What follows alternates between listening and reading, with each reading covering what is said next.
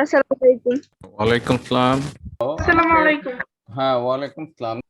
আজকে আমরা পড়বো একটা যৌগের মধ্যে যে সংকরণ আছে, বিভিন্ন যে মৌলগুলো আছে তাদের সংকরণ। তো আমার পড়েন এখানে একটা সূত্র আছে, একটা যৌগের মধ্যে কি রকম সংকরণ হবে এটা সূত্রের মাধ্যমে আমরা বের করতে পারবো। দেখো হেডলাইনটা, যৌগে কোন ধরনের সংকরণ বিদ্যমান তার হিসেব। আমরা কিভাবে হিসেব করে বের করব যে একটা যৌগের মধ্যে কোন ধরনের সংকরণ বিদ্যমান। এইটা হলো আমার কোন যৌগের সংকরণ বের করার যে সূত্র, এই সূত্রটা হলো এটা। এটা কি দেখতে পাচ্ছ? এটা জি sir. x equal to half b plus হ্যাঁ, m minus c plus a। একটা যৌগের মধ্যে কয়টা সংকর অরবিটাল থাকে বা সংকরিত অরবিটাল থাকে বা তোমার ইলেকট্রন জোড় থাকে, ওইটা হলো valence shell electron, valence shell electron pair, valence shell electron pair. আমরা যে যুযুতা বন্ধন তত্ত্ব ওখানে কিন্তু আমরা পড়েছি যে একটা যৌগ তৈরি হলে, যে মাঝের যে মৌলটা থাকে কেন্দ্রীয় মৌল, এটাকে আমরা বলি কেন্দ্রীয় মৌল। তারপরে কেন্দ্রীয় মৌলের চারপাশে কি থাকে, বিভিন্ন মৌলগুলো যুক্ত থাকে, এরকম ভাবে বিভিন্ন মৌলগুলো বন্ধনের মাধ্যমে যুক্ত থাকে। তাইলে কেন্দ্রীয় মৌলের যে বহিঃশক্তি স্তর তার মধ্যে যে ইলেকট্রন গুলো থাকে সেটাকে আমরা বলি ব্যালেন্স শেল ইলেকট্রন পেয়ার। বুঝতে পেরেছো? জোড়ায় জোড়ায় ইলেকট্রন গুলো থাকে না বন্ধনের মধ্যে, কি এক একটা বন্ধনের মধ্যে ইলেকট্রন গুলো কি অবস্থায় থাকে, জোড়বদ্ধ অবস্থায় থাকে। এখন এখন কয়টা, তাইলে এক এক জোড়া ইলেকট্রন মানে কি এক একটা অরবিটাল না? এক এক জোড়া ইলেকট্রন মানে এক একটা অরবিটাল। এখন এই অরবিটালের সংখ্যা যে কথা, আর তোমার যোজ্যতা বন্ধন ইলেকট্রন জোড় এর সংখ্যা একই, তো সেটার মান হলো x is equal to half. আচ্ছা, হাফ কেন করছি? এখানে যতটা ইলেকট্রন হবে তার অর্ধেক হবে না জোড়া? কেন হাফ রাশিটা আসছে এটা কি বুঝতে পেরেছো? জি স্যার। মানে আমি যদি কোনো জিনিসের জোড়া বের করতে চাই তাহলে মূল সংখ্যাকে আমরা 2 দিয়ে ভাগ করব না? জি স্যার, কারণ একটার মধ্যে তো দুইটা করে। হ্যাঁ, তো তাইলে এই যে একটা মৌলের যে বাইরের শেলে যে যোজ্যতা স্তরে যে ইলেকট্রন গুলো থাকে, সেই ইলেকট্রন গুলোর সংখ্যা হলো V plus M minus C plus এ।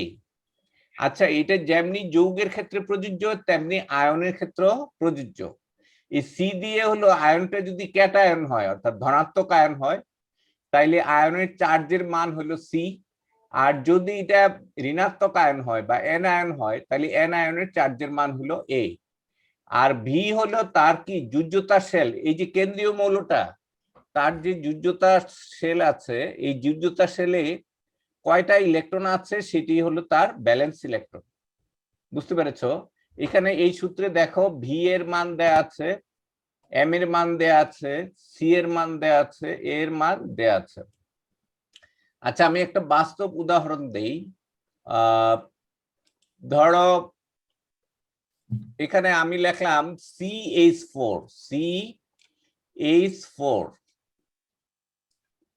তাইলে এখানে কেন্দ্রীয় মৌল কোনটা বলো দেখি?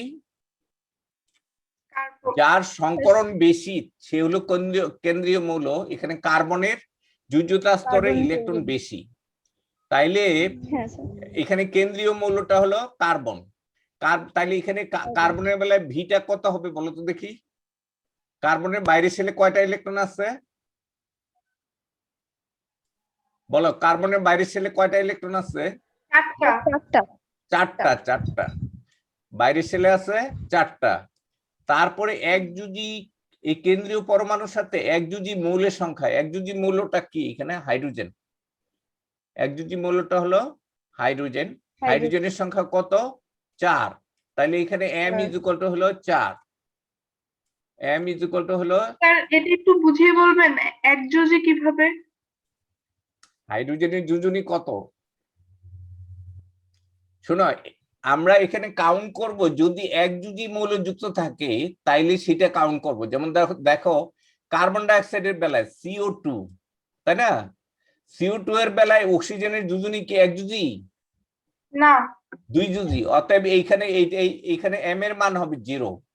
এখানে কি হবে? m এর মান 0। 0। আর এইখানে m এর মান কত? 4। এখানে একযোজী মৌল হলো হাইড্রোজেন, তার সংখ্যা হলো 4। তাইলে আমরা V পাইলাম 4, m পাইলাম 4। আর এটা কি চার্জযুক্ত? এটা তো অণু, যৌগ, অতএব তার চার্জ হলো কি 0। তাহলে C এর মানও 0 হবে আর A এর মানও 0 হবে। তাইলে এখানে অরবিটালের সংখ্যা কত হবে? হাফ অফ 4 + 4, 8 এর অর্ধেক 4। এটা কি বুঝতে পেরেছো?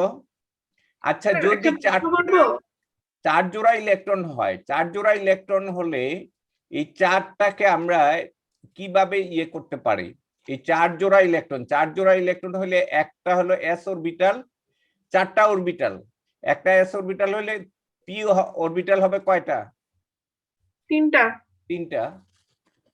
তাইলে মোট 3 আর একে হলো 4। 4 জোড়া ইলেকট্রন হলে একটা s, 3টা p। আর যদি 5 জোড়া হয় তাহলে একটা s, একটা p, আর 3টা p, আর একটা হলো d, আরেকটা হবে d। এই 5টা ইলেকট্রন হলে এটা হবে। আর যদি তোমার দুটো ইলেকট্রন হয় তাহলে কি হবে? sp। 3টা হলে sp2, 4টা হলে sp3, 5টা হলে sp3d, 6টা হলে sp3d স্কয়ার বা ওই যে d2। এখানে দেওয়া আছে x এর মান কত কত হলে কোনটা হবে? বুঝতে পেরেছ?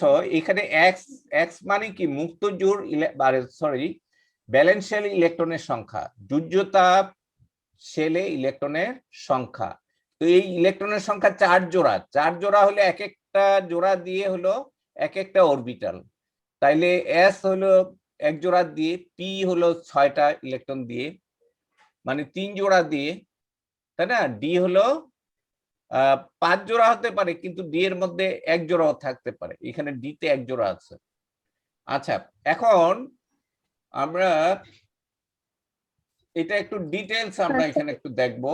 এটা একটু দেখো তো, এখানে একটু মাহবুবা একটু পড়ে শোনাও আমাকে এখান থেকে। কোন যৌগ বা আয়নের সংকরিত অরবিটালের সংখ্যা x ½ v + m - c + a। এখানে v হচ্ছে কেন্দ্রীয় পরমাণুর যোজ্যতা ইলেকট্রন সংখ্যা, m হচ্ছে কেন্দ্রীয় পরমাণুর সাথে যুক্ত একযোজী মৌলের পরমাণু সংখ্যা, c হচ্ছে ক্যাটায়ন হলে তার চার্জের মান, a হচ্ছে অ্যানায়ন হলে তার চার্জের মান। যৌগ বা আয়নে সংকরিত অরবিটালের সংখ্যা x = 2 হলে sp সংকরণ, x = 3 হলে sp2 সংকরণ, x = 4 হলে sp3 সংকরণ, x = 5 হলে sp3d p ব্লক মৌলের ক্ষেত্রে সংকরণ এবং dsp3d ব্লক মৌলের ক্ষেত্রে সংকরণ। x = 6 হলে sp3d2 p ব্লক মৌলের ক্ষেত্রে সংকরণ এবং sp3d2d ব্লক মৌলের ক্ষেত্রে সংকরণ।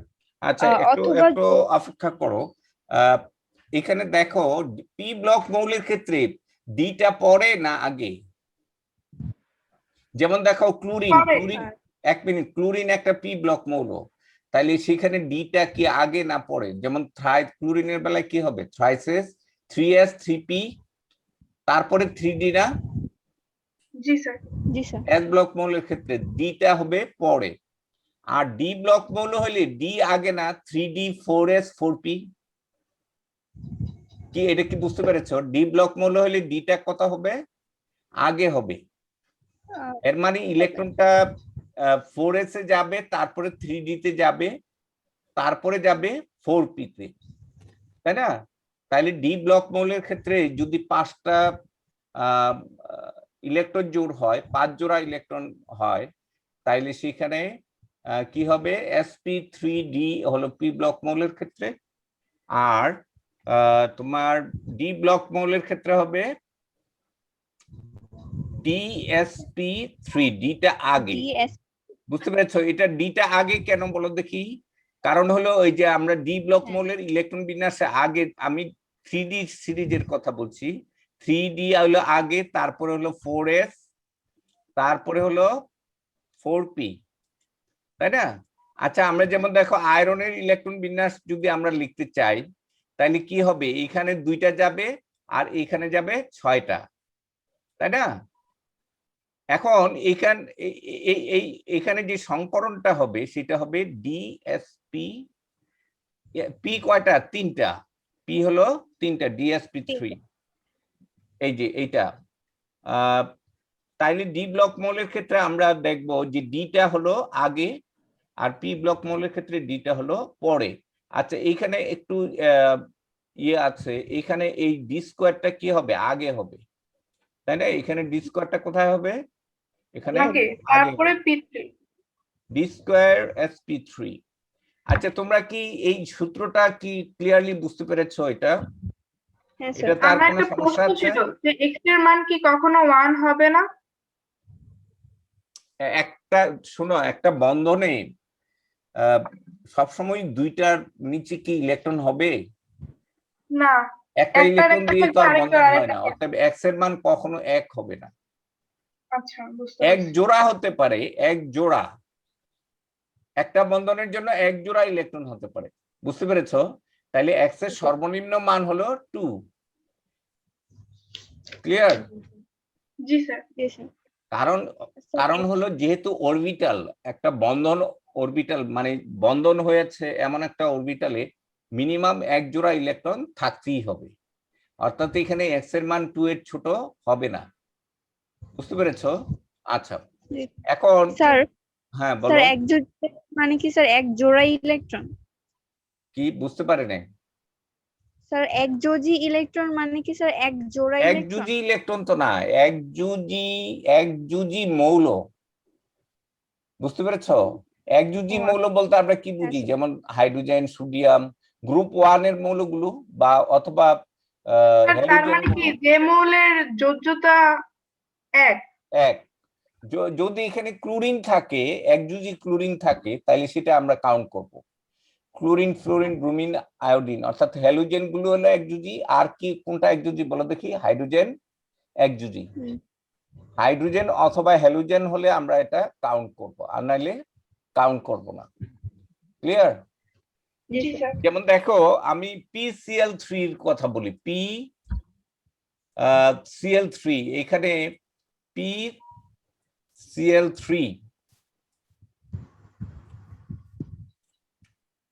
আচ্ছা PCl3 হলে এখানে এক্স এর মান কত হবে বলো দেখি? মুখে মুখে বলো। ফসফরাসের বাইরের শেলে কয়টা ইলেকট্রন আছে? মনে নাই আমার। ফসফরাসের বাইরের শেলে আছে 5টা ইলেকট্রন। তাহলে এখানে বি এর মান কত হবে? 5। 5। একযোজি ইলেকট্রনের সংখ্যা হ্যাঁ কত? হ্যাঁ 5 তাই না? 5। তাহলে জি 5 স্যার। আর 3 কত? 8। আর এগুলি তো জিরো, যেহেতু এটা যৌগ, অতএব এখানে ক্যাটায়নও না, অ্যানায়নও না, তাই না? অতএব এখানে কি হবে? 5 আর 3 8। 8 কে অর্ধেক করলে 4। অতএব এটা এখানে কি ধরনের সংকরণ আছে? sp3। sp3। ক্লিয়ার? জি স্যার। আচ্ছা, এখানে আমি উদাহরণগুলো ভালোভাবে দিয়েছি, একটু দেখো তো এখানে। স্যার ক্যাটায়ন অ্যানায়ন নেই মানে কি স্যার এখানে তো কিভাবে আচ্ছা নেই স্যার আচ্ছা, আপনি আমি একটা কথা বলি, যদি এটা এখানে NH4 হতো, NH4 প্লাস, NH4, স্যার ক্লোরিনের তো যোজ্যতা হলো 7। এইখানে তো ক্লোরিনের দুজনই 1, ফসফরাসের দুজনই 3, তাই না? এখানে এই ক্লোরিনের দুজনই পড়ছে ফসফরাসের গায়ে, আর ফসফরাসের দুজনই পড়ছে ক্লোরিনের গায়ে, তাই ক্লোরিনের। না? স্পষ্টতই আমরা বুঝতে পারছি যে এখানে ক্লোরিনের দুজনই 1, তাই না? আচ্ছা, NH4 প্লাস, এই আয়নটার নাম কি? NH4 ammonia. প্লাস। অ্যামোনিয়াম, তাই অ্যামোনিয়াম। না? আচ্ছা, এইখানে তাইলে এটা কি অ্যানায়ন না ক্যাটায়ন? হ্যালো, স্যার এটা এটা হলো ক্যাটায়ন, তাই না? আচ্ছা মাইনাস না তো। হুম হুম। জি স্যার। ক্যাটায়ন হইলে তার চার্জ কত? প্লাস। +1। এটার চার্জ হলো +1। তাইলে এখানে এম এর মান কত হবে? আর সি এর মান হবে 1 এখানে, তাই না? আর হুম। এটা তো অ্যানায়ন না, অতএব এটার এর মান কত হবে? 0। জিরো। জিরো হবে। আচ্ছা এখন বলো তো দেখি এখানে এক্স এর মান কত হবে? হাফ। নাইট্রোজেনের ব্যালেন্স শেল কয়টা, ইলেকট্রন কয়টা নাইট্রোজেনের বাইরের শেলে? হ্যালো, নাইট্রোজেনের বাইরে শেলে তো স্যার 5টা।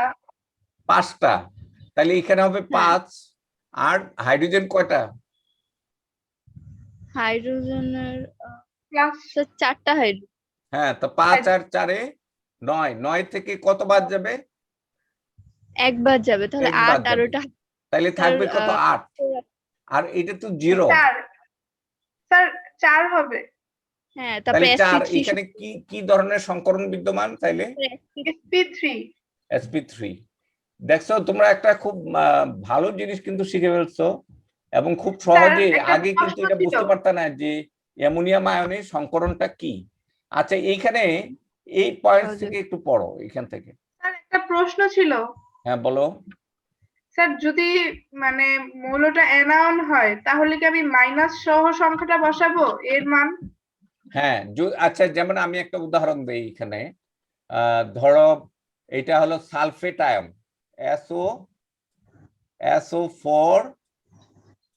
SO4 2 মাইনাস, তাই না? এটা হলো সালফেট আয়ন, তাই না? আচ্ছা, তো সালফেট আয়ন হলে এখানে এই সালফারের সংকরণ কি অবস্থায় আছে সেটা আমরা বের করব, তাই না?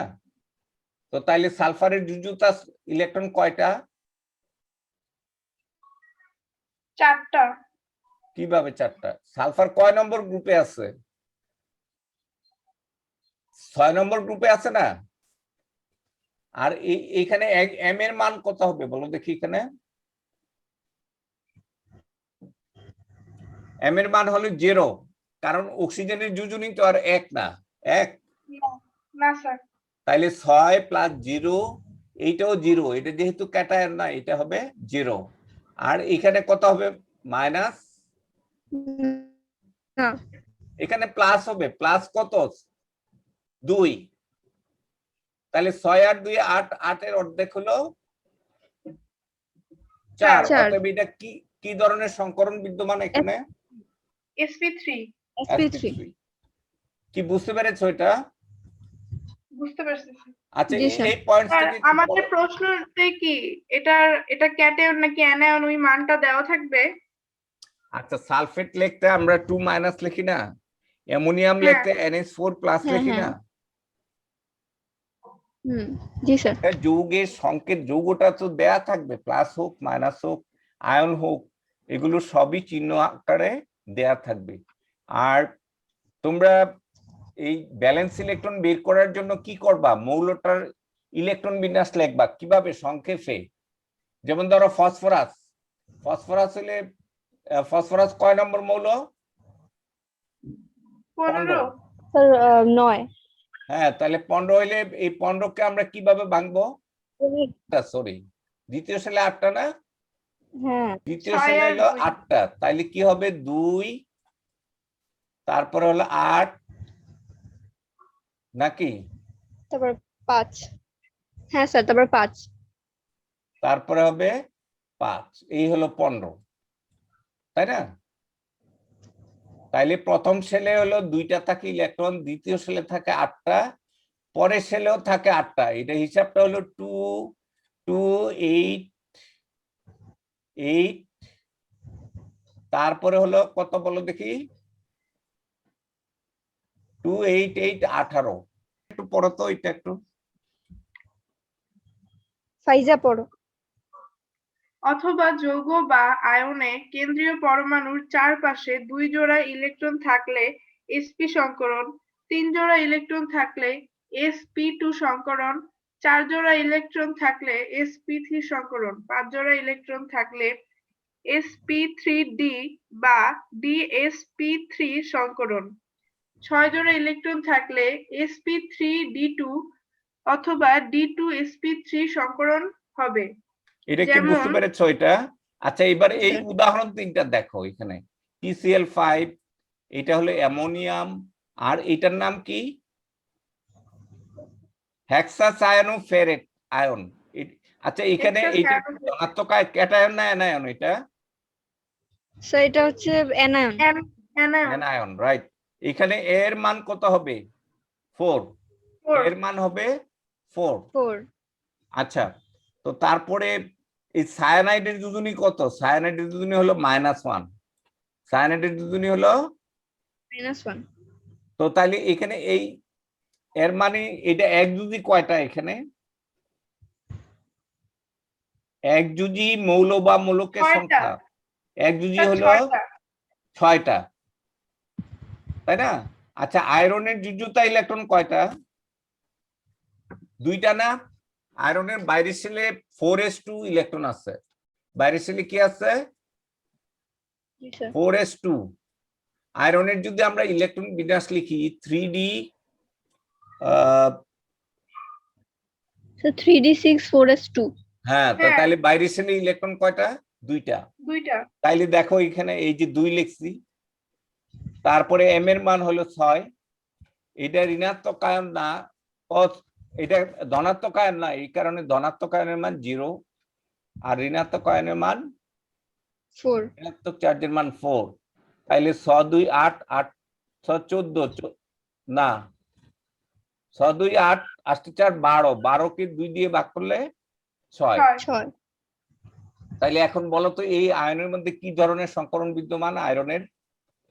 sp3। sp3d2 হইছে?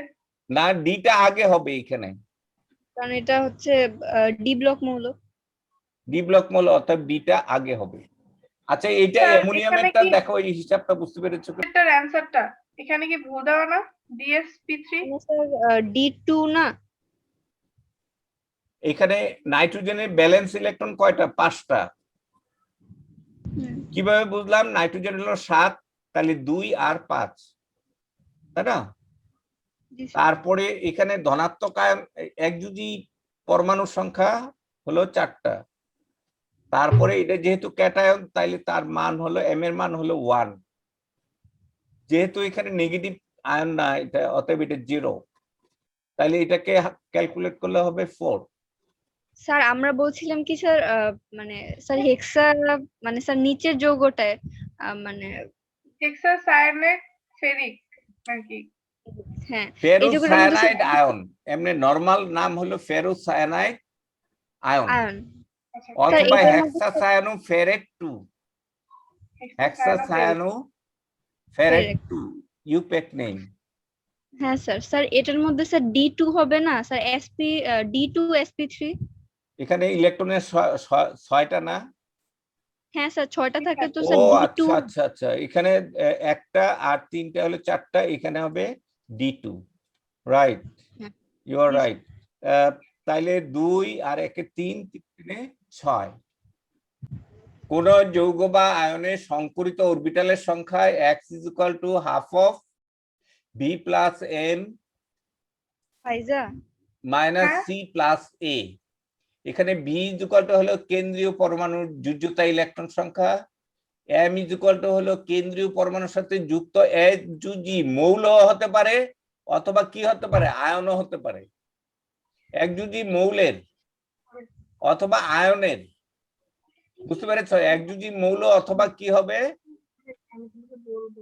আয়নও হতে পারে। এটা একযোজি মৌল না হয়ে কি হতে পারে? Ion ion. যেমন আমরা সায়ানাইডের বেলায় দেখলাম, না স্যার আমরা একযোজি এই মৌল। যে সায়ানাইডের বেলায় দেখলাম, এইটা হলো একযোজি লিগান্ড, এটা হলো একযোজি লিগান্ড।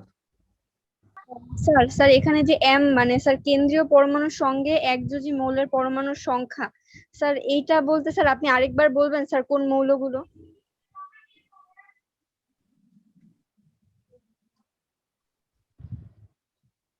আমার মনে হইতেছে যে যে সকল পরমাণু মানে মৌলর যোজনী হলো 1, ওগুলার কথাই বলতেছে। এক যোজি, ও আচ্ছা আচ্ছা। এক যোজি, যোজি বলতে তো যোজনী 1 এটাই বুঝাইতেছে। যোজনী এক তো ওই যে হাইড্রোজেন নাকি শোনো, হাইড্রোজেন। এইটা মৌলের জায়গায় কি হতে পারে? এটা আয়নও হতে পারে, একযোজি আয়নও হতে পারে, বুঝতে পেরেছো? যেমন আমরা সায়ানাইড আয়ন, এটার যোজনী কত? 1। সায়ানাইড আয়নের যোজনী 1। এক। তাইলে এইখানে এই যে সায়ানাইড আছে 6টা, অতএব এখানে এক যদি মৌলর বা আয়নের জায়গায় এখানে দেখো এই যে 6 বসাইছি, এম এর মান কত বসাইছি? 6। 6। কি এটা বুঝতে পেরেছো? এটা মৌল হতে পারে অথবা কি হতে পারে, একযোজী আয়নও হতে পারে, তাই না? একযোজী মৌলগুলো কি কি? যেমন হাইড্রোজেন 1 নম্বরে আছে, 2 নম্বরে আছে কি? হ্যালোজেন। হ্যালোজেন মানে ক্লোরিন, ফ্লোরিন, ব্রোমিন, আয়োডিন, এগুলো হলো একযোজী। একযোজী মূলকগুলো কি কি? যেমন ধরো হাইড্রোক্সাইড হতে পারে, উইচ আয়ন হতে পারে, তারপরে হতে পারে সায়ানাইড আয়ন, একযোজী, তাই না? এরকম একযোজী আরো অনেক মূলক আছে, তাই না? তো তাইলে এখানে এই যে এম এর যে ব্যাপারটা, সেটা হলো একযোজী মৌল হতে পারে অথবা মূলকও হতে পারে। মূলক বলতে কি বোঝায়? আয়ন বোঝায়, বুঝতে পেরেছো? কিন্তু এটার চার্জ পজিটিভ থাকুক বা নেগেটিভ থাকুক, এটা কোনো ব্যাপার না। এখানে এম এর মান সবসময় যোগ হবে, ক্যাটায়ন হলে এটার মান মাইনাস হবে, অ্যানায়ন হলে অ্যানায়নের চার্জ যেটা থাকে সেটা এখানে প্লাস হবে। ক্লিয়ার? স্যার হ্যালোজেন মৌলগুলো কিভাবে একযোজী হলো? ওগুলোর যোজনী কি আচ্ছা, এক? একদিন যেমন দেখো এখানে এক না, অনেকগুলো হতে পারে, কিন্তু এই যৌগটার মধ্যে কত? এখানে PCl5 এ হ্যালোজেনের যোজনী কত? আচ্ছা বুঝতে পারছি এখন, মানে যে তুমি নরমাল যৌগটা যোজনী সেটার হিসাব মধ্যে করবে না। হ্যালোজেন। তুমি যেই শোনো, তুমি যেই যৌগটা চিন্তা করছো, সেই যৌগের মধ্যে তার যোজনী কত? বুঝতে পেরেছো? এখানে PCl5, তো এখানে ক্লোরিনের যোজনী কার গায়ে গেছে? ফসফরাসের গায়ে। আর ফসফরাসের যোজনী আসছে, তাইলে এখানে আমি বুঝতে পারছি স্পষ্ট যে ফসফরাসের যোজনী হলো 5 আর ক্লোরিনের যোজনী হলো 1। আচ্ছা, ফসফরাসের বাইরের শেলে কয়টা ইলেকট্রন আছে? কেমনে হিসাব করব? ফসফরাস হলো 15। 15 হলে আমরা 15 কিভাবে ভাঙবো? 2 8 এরপরে 5। হ্যাঁ 2 8, তাহলে 10 হয়ে গেল, আর আছে 5। 5 মানে 2 8, তারপরে আর কত? আর হলো 5, তাই না? তাহলে ফসফরাসের বাইরের শেলে যোজনী হলো 5। আচ্ছা, তো এই পেজটা আর কি বলবো এখানে? না না স্যার, স্যার, আমরা আচ্ছা, এটা কি টোটালি বুঝতে পেরেছো ভালোভাবে? হ্যাঁ জি স্যার, স্যার। একটু আচ্ছা প্র্যাকটিস করতে হবে জাস্ট। আচ্ছা, হ্যাঁ, প্র্যাকটিস করার জন্য দেখো এখানে আমি অনেকগুলো উদাহরণ দিয়ে রাখছি, এখানে একটু এই জিনিসগুলো একটু দেখো। স্যার এখানে এলপিইটা কি? এলপিই মানে লন পেয়ার ইলেকট্রন। এলপিই এটা আমি আচ্ছা, lone আগের pair ক্লাসে তো electron। বলেছি জি যে স্যার। হ্যাঁ স্যার, মুক্ত জোড় ইলেকট্রনের সংখ্যা। এখানে এই চার্টটা খুব ভালোভাবে তোমাদের পড়তে হবে। একেবারে ডিটেইলস অনেকগুলো যৌগের বের করে আমি রেখেছি অলরেডি। এই পেজটা একটু দেখো। তোমরা কি পেজটা দেখতে পাচ্ছ? জি স্যার। দেখা যাচ্ছে। আমার স্যার আমাদের এখানে আকৃতি একটা রো আসছে, স্যার এই আকৃতির এটা যদি একটু বুঝিয়ে দিতেন যে এটা কিভাবে আসলো। ত্রিকোণাকার হ্যাঁ, চতুষ্কোণ। ওই দিন কিন্তু আমি বলেছিলাম এখানে দেখো বোরন, বেরিলিয়াম ডাইক্লোরাইড, এটার এক্স এর মান কত হবে? হাফ অফ বোরনের বেরিলিয়ামের বাইরের শেলে কয়টা ইলেকট্রন? 2টা। তারপরে একযোজী মৌল হলো 2টা, তাহলে 4, 4 এর অর্ধেক হলো 2।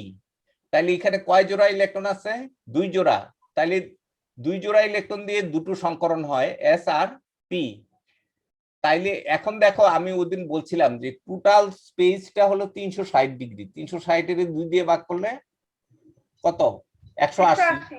180 হলে কি হবে? লোন পেয়ার, এটা রৈখিক হবে। এটা কি হবে? রৈখিক হবে। আর এখানে দেখো লোন পেয়ার ইলেকট্রন, বিজোড় ইলেকট্রন, অযুগ্ম ইলেকট্রন বা মুক্ত জোড় ইলেকট্রনের সংখ্যা, এটা আমরা কিভাবে বের করব? এক্স এর মান থেকে, এক্স এর যে মান, এখানে 2 জোড়া ইলেকট্রন, 2 জোড়া ইলেকট্রন থেকে এখানে বন্ধন আছে কয়টা? 2টা না? বেরিলিয়ামের স্যার। সাথে দুটো ক্লোরিন দুইটা বন্ধনে আছে, তাহলে বন্ধনের সংখ্যা এখানে আমরা কি করব, x minus number of bonds. এই জিনিসটা বুঝতে পেরেছো, x minus number of bonds. Bond.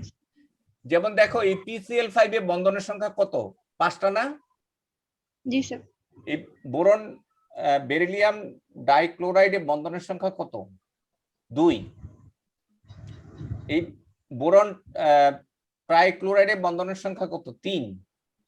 তাইলে এখানে মুক্ত জোড় ইলেকট্রন থাকবে? আমার যদি এখানে এক্স এর মান 3 হয়, বন্ধনও আছে 3টা, অতএব মুক্ত জোড় ইলেকট্রন এখানে নাই, এখানেও মুক্ত জোড় ইলেকট্রন নাই। কিন্তু আমরা এখানে অ্যামোনিয়ার বেলায় বলি, আমরা অ্যামোনিয়ার বেলায় এক্স কত হবে একটু মুখোমুখি বলো তো। 5 আর 3 এ 8, 8 এর অর্ধেক 4। 4। তাহলে 4 থেকে এখানে বন্ধন কয়টা, 3টা না? 3টা। তাইলে 4 থেকে 3 বাদ দিলে এক জোড়া মুক্ত জোড় ইলেকট্রন থাকবে, এক জোড়া। এটা কি বুঝতে পেরেছো?